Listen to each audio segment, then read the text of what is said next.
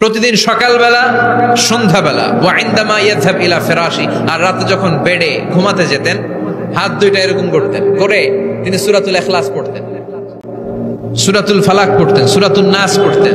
এই তিনটা সূরা পড়তেন। এই তিনটা সূরাকে একসাথে বলে তিন কুল। কি বলে? কুল আস-সালাসা। কারণ এই তিনটা সূরার শুরুতে কুল আছে না নাই? তিন কুল পড়ে বিশ্বনবী হাতের মধ্যে ফু দিতেন। ফু দিয়ে মাথা থেকে শুরু করে মুছতে মুছতে মুছতে মুছতে পা পর্যন্ত মুছতেন, হাত মুছতেন, সারা দেহের যতটুকু সম্ভব বিশ্বনবী সারা দেহের মধ্যে এই তিন কুল পড়া হাত দুইটা দিয়ে সারা দেহের মধ্যে বিশ্বনবী হাত বুলিয়ে দিতেন, মেসেজ করে দিতেন সুবহানাল্লাহ।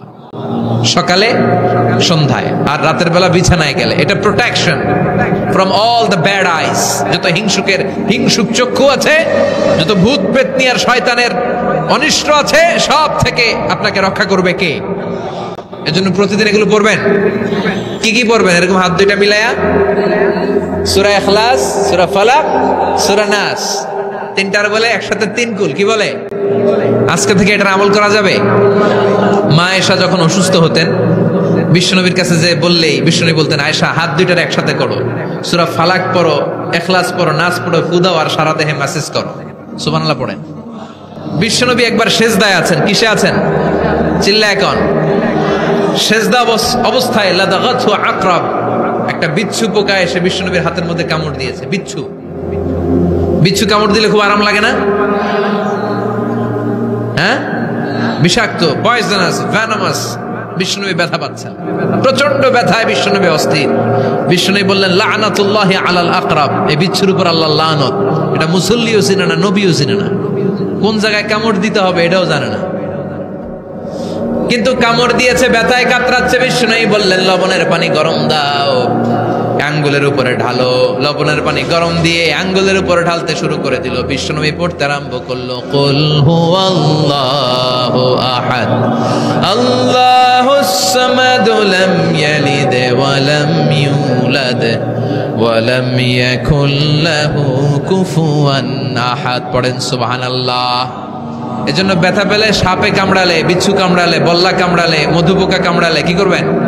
সূরা ইখলাস, সূরা ফালাক, সূরা নাস। আবার বলেন, সূরা ইখলাস, সূরা ফালাক, সূরা পড়ে ফু দিবেন। আর রাত্রেবেলা, সকালবেলা ঘুমোতে যাওয়ার আগে হাতের মধ্যে ফুল দিয়ে সারা দেহে মেসেজ। মনে থাকবে না? মাহফিল শেষ, ওয়াজও শেষ, মনে থাকবে তো? তাই মসজিদে কুবাতে বিশ্বনবী সাল্লাল্লাহু আলাইহি ওয়াসাল্লাম এক সাহাবাকে ইমাম বানায় দিয়ে আসলেন। উনি ইমামতি করে মসজিদে, আর বিশ্বনবী ইমামতি করে মসজিদ নববীতে। মসজিদে কুবার যে ইমাম, তিনি প্রতি রাকাতে জাহারি কেরাতে, মানে মাগরিব, এশার, ফজরের সালাতে প্রত্যেক রাকাতে সূরা ফাতিহার পরেই এই সূরা ইখলাস পড়ে। শুনতেছেন? প্রত্যেক রাকাতে সূরা ফাতিহার পরে কি পড়ে? ইখলাস। মাগরিবের প্রথম রাকাতেও ইখলাস, দ্বিতীয় রাকাতেও ইখলাস, এশার প্রথম রাকাতে ইখলাস, দ্বিতীয় রাকাতেও ইখলাস। ইখলাস পরে এরপর অন্য একটা সূরা পড়ে, কিন্তু শুরু করে ইখলাস দিয়ে। ফজরের প্রথম রাকাতেও ইখলাস, দ্বিতীয় রাকাতেও। মুসল্লিরা পাইছে কি? পাইছে কি? খালি ইখলাস, খালি ইখলাস। যে ধরছে, আপনি পাইছেন কি বলেন? ইমাম সাহেব বলে, কিছুই পাই নাই, আমার মন চায় আমি পড়ি, তোর মন চাইলে তুই পড়, নাইলে যা। তোর কমিটির সভাপতি, সেক্রেটারি এই মসজিদের ইমাম হিসেবে আমার নিয়োগ দেয় না, নিয়োগ দিছে বিশ্বনবী। আমার নিয়োগ যদি বাতিল করতে হয়, লাগবে বিশ্বনবীরে তুই ভাগ। তোমার মনে চাইলে পড়ো, নাইলে অন্য মসজিদে পড়ো, যাও মিয়া। এটা তো সভাপতির, সেক্রেটারির নিয়োগ দেয়া মসজিদ না, এটা নিয়োগ দিয়েছে বিশ্বনবী, ঠিক কিনা? নিয়োগ বাতিল করলেও কে করবে? বিশ্বনবী। সবাই বিশ্বনবীর কাছে যে বললো, ইয়া রাসূলুল্লাহ, এমন মুসল্লি, এমন ইমাম আপনি দিয়ে আসছেন, উনি ইখলাস ছাড়া আর কিছু পড়ে না। বিশ্বনবী বললেন, তাই নাকি? এমন করে কেন? ডেকে আনা হলো। বিশ্বনবী বললেন, ওরে সাহাবী, ঘটনা কি হাসা? কয় হাসা। প্রতি রাকাতে সূরা ইখলাস পড়ো, তোমার কি কোরআন থেকে অন্য কোন সূরা মুখস্থ নাই? সাহাবী বলে, নবী, সব মুখস্থ আছে, কিন্তু এই সূরাটা আমার পড়তে ভালো লাগে, কারণ ফিহি সিফাতুর রহমান, এই সূরার ভেতরে আমার আল্লাহর পরিচয় আছে গো নবী। আমার আল্লাহর পরিচয়টা খুব সুন্দর করে দেয়া, আমার রবের কথা এই সূরার পরতে পরতে পাওয়া যায়, এজন্য এই সূরাটা পড়তে আমি বড্ড ভালোবাসি। বিশ্বনবী বললেন, ইমামতি যাবে না, তোরটা পার্মানেন্ট হয়েছে। আল্লাহু আকবার। তোর ইমামতি পার্মানেন্ট করে দিলাম, যেমনে পড়াইতি এমনিই পড়াবি। প্রতি রাকাতে এই সূরাতুল ইখলাস তুমি পড়ো, সমস্যা নাই।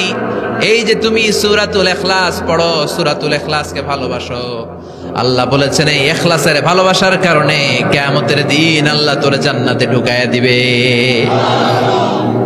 ইখলাসের ভালোবাসার কারণে আনতা মিন আহলিল জান্নাহ, তুমি জান্নাতে যাবা। হুব্বুকা ইয়াহা ইউদখিলুকাল জান্নাহ, এই সূরার ভালোবাসাই তোমার জান্নাতে ঢুকায়া দিবে। সুবহানাল্লাহ পড়েন। এজন্য সূরা বেশি বেশি পড়তে রাজি আছেন তো? বিশ্বনবী তাবুকের যুদ্ধে গেলেন।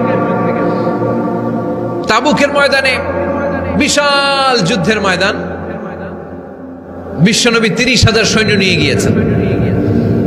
আর খ্রিস্টানদের সৈন্যদের সংখ্যা হচ্ছে প্রায় 40,000। কিন্তু বিশ্বনবী যুদ্ধে এসেছেন শুনে খ্রিস্টান বাদশা দৌড়, সৈন্যবাহিনী নিয়ে সব পালায় গেছে। যুদ্ধ ছাড়াই বিশ্বনবীর বিজয় দিছে কে?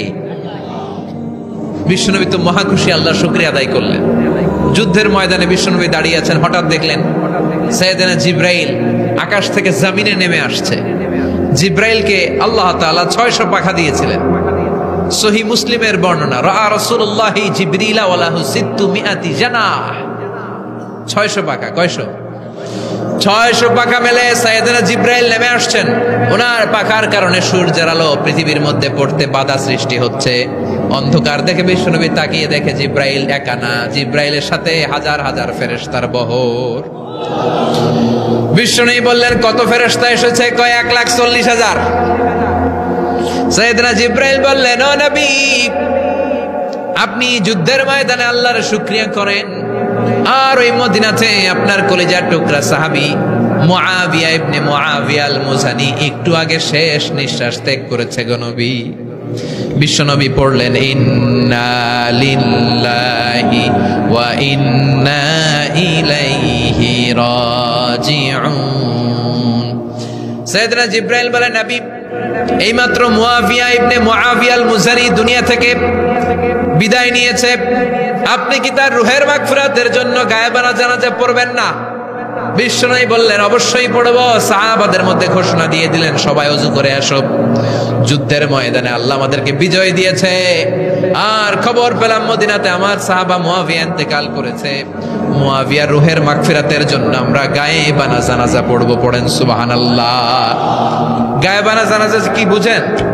লাশ থাকে না সামনে, লাশ নাই, 4 তাকবীরে এটা আপনি পড়তে পারেন, এটা আপনি পড়তে পারবেন।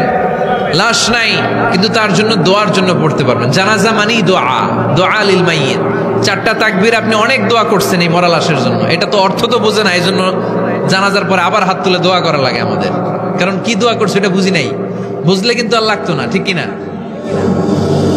বিশ্বনবী সাহাবাদের নিয়ে দাঁড়ালেন, লম্বা লম্বা কাতার হলো। সাহাবীদের কাতারের শেষে সাইয়েদনা জিব্রাইল 1,40,000 ফেরেশতাদেরকে নিয়ে জানাজায় শরীক হলেন। বিশ্বনবী 4 তাকবীর দিয়ে জানাজা পড়লেন, আল্লাহু আকবার, আল্লাহু আকবার, আল্লাহু আকবার, আল্লাহু আকবার। 4টা তাকবীরের মধ্য দিয়ে জানাজা শেষ করলেন। বিশ্বনবী তাকিয়ে দেখে সাহাবাদের পেছনে 1,40,000 ফেরেশতা দাঁড়িয়ে জানাজায় শরীক হয়েছে। বিশ্বনবী বললেন, জিব্রাইল, কোনদিন তো এত ফেরেশতা নিয়ে কারো জানাজায় শরীক হতে দেখি নাই। ঘটনা কি? কি এমন আমল ছিল আমার মুআবিয়ার, যে আমলের কারণে মুআবিয়ার নামটা আল্লাহর আরশে চলে গিয়েছে? 1,40,000 ফেরেশতার বহর নিয়ে তুমি জানাজায় শরীক হয়েছো। কি এমন গোপন আমল ছিল আমার মুআবিয়ার, আমারে বলো। সাইয়েদনা জিব্রাইল বললেন, নবী, আপনার মুআবিয়া বিশেষ একটা আমল করত। বিশ্বনবী বললেন, কি সেটা?